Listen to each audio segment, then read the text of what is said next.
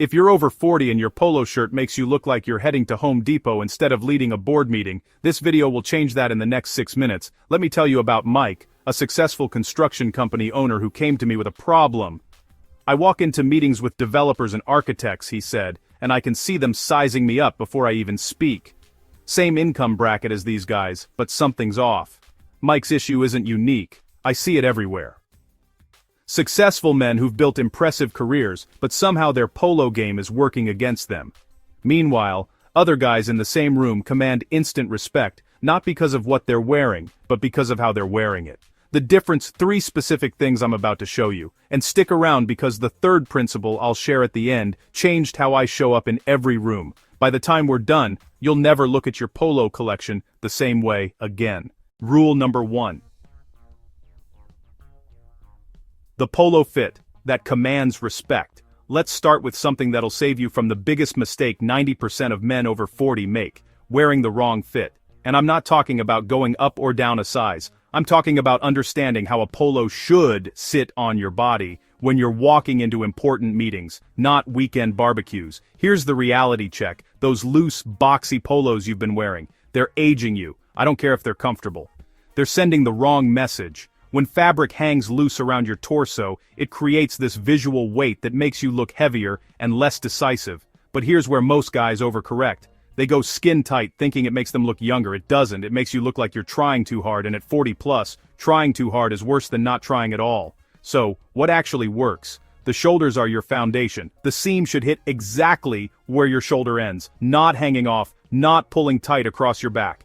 Get this wrong and nothing else matters. The body should follow your natural shape without clinging. Think about it this way. When you're presenting to clients or networking at industry events, you want your polo to give you structure, not restrict your movement or show every imperfection. Length is critical, and most guys get this wrong. Your polo should hit just below your belt line, not covering your back pockets. That looks sloppy. Not riding up when you raise your arms. That looks cheap. Sleeves should end around mid-bicep. This proportion works whether you're wearing the polo alone or layering it under a blazer.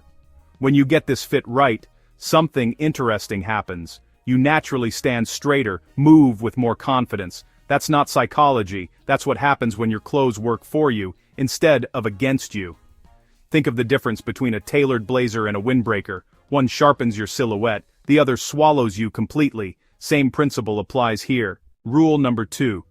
Polo shirt fabrics and colors that work. Now, here's where you can instantly separate yourself from 80% of men your age, choosing the right fabric and colors. The difference between a crisp, heavyweight peak polo and a flimsy big box tee isn't just what people see. It's what you feel when you walk into the room. One makes you stand taller, the other makes you shrink.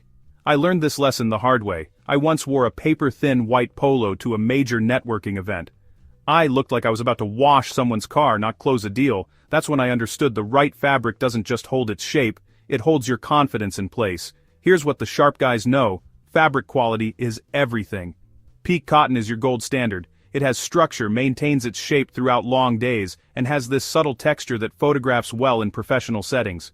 When you're in back-to-back meetings from 9 to 5, you want fabric that still looks crisp when you're walking to your car. Merino wool blends are game changers for cooler months. They regulate temperature, resist wrinkles, and have this natural sophistication that pure cotton sometimes lacks. Performance fabrics can work, but choose wisely.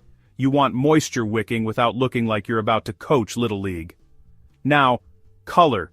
This is simpler than most guys make it, but the impact is huge. Navy works everywhere.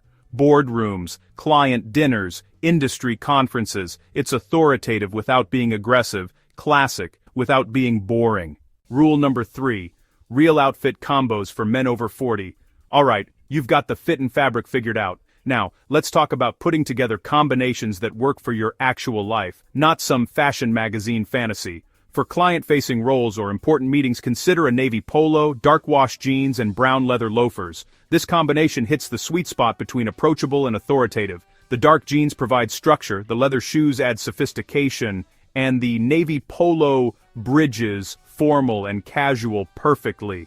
For creative industries or modern offices, try a charcoal polo, well-tailored chinos, and clean leather sneakers. This says you're current and confident without trying too hard to be trendy. Style mistakes men over 40 must avoid. Now here's the part that might sting a little, but stick with me because recognizing these mistakes could be the difference between getting that promotion or watching someone else get it. I've watched thousands of successful men over the years, and small mistakes have huge consequences.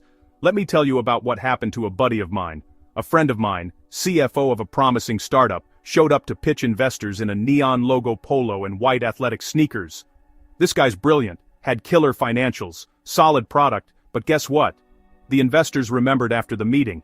His outfit. They passed on the deal.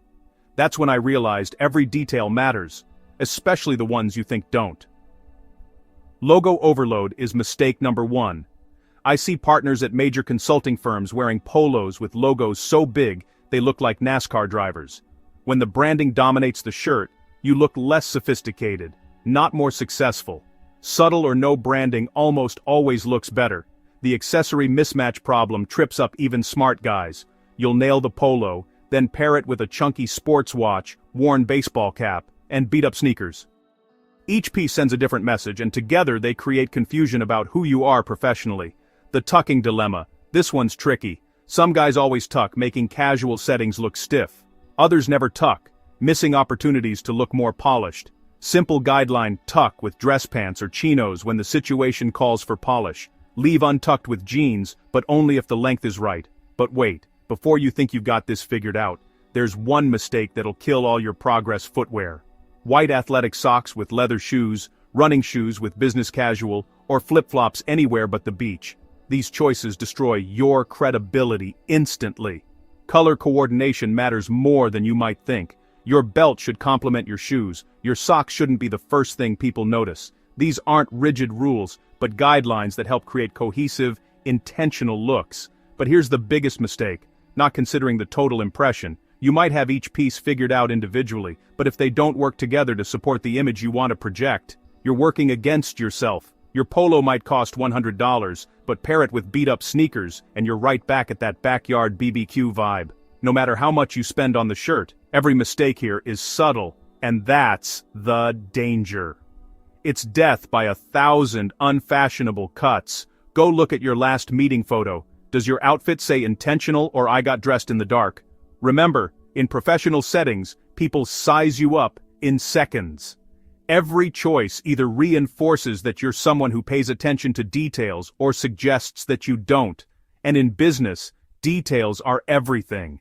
Why polo shirt style actually matters now. Remember Mike from my opening story, the construction company owner who felt like people were sizing him up before he spoke.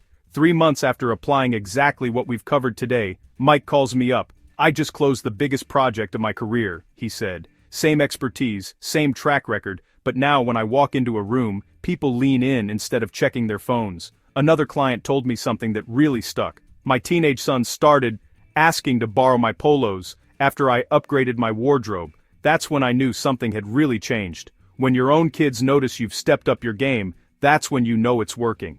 This isn't about the clothes. It's about removing the barriers between you and the respect you've already earned. What actually changes? You stop second-guessing whether you look the part. That mental energy you used to waste worrying about your appearance now goes toward crushing the conversation, closing the deal, connecting with the people who matter. Your colleagues stop seeing you as just another guy in the office and start seeing you as someone who handles important things well. You speak with more authority. You take up space in conversations instead of shrinking into the background. The guys who get this right have an advantage that compounds over time. Every meeting, every client interaction, they show up looking like they belong in the room with other successful people. Look, at this stage of your career, how you present yourself is strategic. It's one of the few things you can completely control, and the control speaks volumes about who you are. The 3 rules we covered: proper fit, quality materials, smart styling. Master these basics, and you'll never walk into another important situation wondering if you look the part.